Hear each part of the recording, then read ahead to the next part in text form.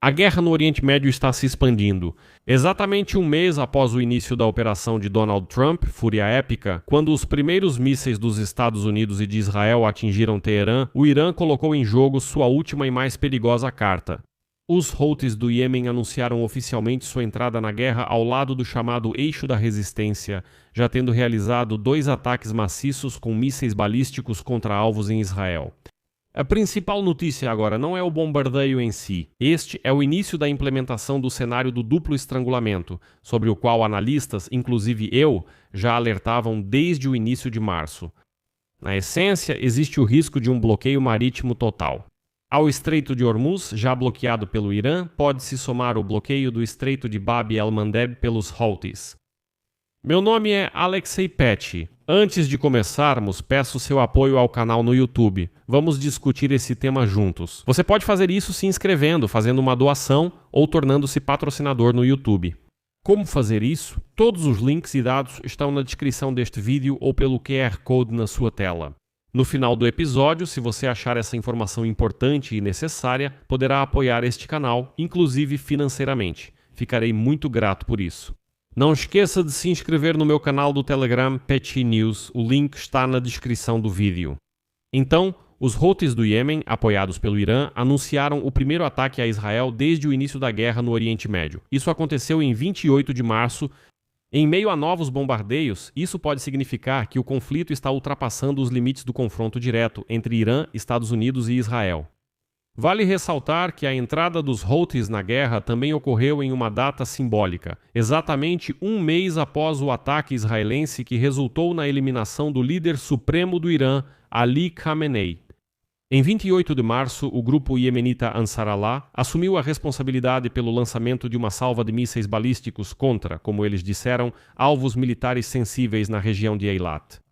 Apesar de o sistema de defesa antimísseis de Israel ter interceptado a maior parte dos alvos, o próprio fato do lançamento de mísseis a partir do Iêmen significa que as forças proxy do Irã estão entrando na guerra.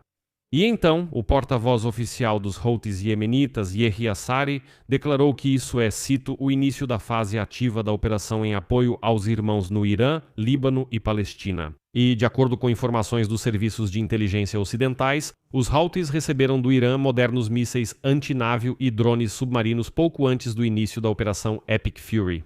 E agora eles estão prontos para usá-los contra qualquer embarcação que tente atravessar o Estreito de Bab el-Mandeb. E aqui é importante entender que a geografia do Oriente Médio é basicamente 2 artérias-chave da economia mundial. Ou eu gostei da frase de que a geografia do Oriente Médio são as artérias carótidas da economia mundial que, se pressionadas ao mesmo tempo, você entende, essa economia morre. De um lado da Península Arábica está o Estreito de Hormuz, por onde passa 20% do consumo mundial e 25% do gás natural liquefeito. O Irã já bloqueia o Estreito de Hormuz há um mês. Do outro lado da Península Arábica temos o Estreito de Bab el-Mandeb e o Mar Vermelho, que, como você sabe, é o caminho para o Canal de Suez. E é lá que fica o Iêmen, que pode bloquear o Estreito de Bab el-Mandeb. O bloqueio simultâneo de ambos os estreitos, ou se preferir dessas artérias vitais, é um cenário de juízo final. Antes, os petroleiros podiam contornar o Golfo Pérsico bloqueado pelo Irã e evitar o Estreito de Hormuz, pegando petróleo nos portos do Mar Vermelho. Por exemplo, através do oleoduto leste-oeste da Arábia Saudita e pelo porto de Iambu, no Mar Vermelho. Agora, até esse caminho pode ser cortado pelos Houthis. Da última vez que os Houthis bloquearam o estreito, centenas de navios foram obrigados a dar meia volta e contornar toda a África pelo Cabo da Boa Esperança. Isso adiciona de 15 a 20 dias a viagem e triplica o custo da logística. Mas o mais importante é que isso bloqueia completamente as exportações dos países do Golfo Pérsico. Só resta uma saída para a Arábia Saudita, pelo Canal de Suez. Eles ainda podem carregar petroleiros em Iambu e enviá-los à Europa pelo Canal de Suez. Mas a questão é que os países do Golfo Pérsico enviam a maior parte do seu petróleo para a Ásia e não para a Europa. E aqui surgem riscos enormes. Por exemplo, uma análise de riscos do Goldman Sachs aponta que o mundo caminha para uma hiperinflação de recursos. O que isso quer dizer? O preço do petróleo já passou de $100 por barril, Se o bloqueio de ambos os estreitos durar mais de 2 semanas, os analistas preveem um salto nos preços para 150 a 160 dólares por barril. Em segundo lugar, temos o Canal de Suez. Essa é a principal artéria para o fornecimento de grãos e fertilizantes da Europa e do Mar Negro para a Ásia. Isso já é uma crise alimentar. Atrasos levarão à escassez de alimentos nos países do sul global, e isso já será sentido em abril. Em terceiro lugar, o Pentágono já pediu ao Congresso mais 200 bilhões de dólares para iniciar a guerra contra o Irã. E agora, a entrada dos Houthis na guerra obriga os Estados Unidos a desviar grupos de porta-aviões das costas do Irã para patrulhar o Mar Vermelho, o que enfraquece a pressão sobre Teherã.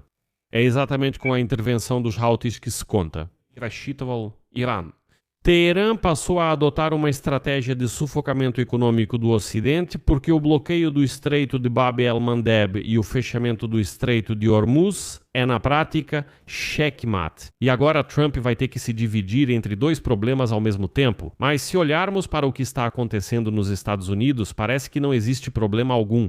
Donald Trump declarou no sábado que a guerra já está praticamente vencida. E as ações dos Houthis são, citando Trump, os estertores de morte de um regime terrorista. Mas a realidade parece um pouco diferente. Trump exige que os aliados da OTAN e os parceiros asiáticos enviem imediatamente seus navios de guerra para o Mar Vermelho para escoltar comboios. Israel, por sua vez, enfrenta um dilema, porque as FDI, as Forças de Defesa de Israel, estão se preparando para uma invasão terrestre no Líbano para eliminar de vez o Hezbollah. Mas os ataques vindos do Iêmen obrigam a redirecionar parte dos recursos de defesa aérea para o sul. Por outro lado, se os Houthis começarem a atacar os portos da Arábia Saudita, que de fato se tornou a retaguarda logística dos Estados Unidos nesta guerra, isso pode envolver Riad no conflito. E vale lembrar que, em 2019, os Houthis já atacaram as refinarias de petróleo da Aramco na Arábia Saudita. Por isso, eu não descartaria esse cenário. Tentativas de ataques ao porto de Yanbu poderiam privar totalmente a Arábia Saudita de exportar petróleo e derivados.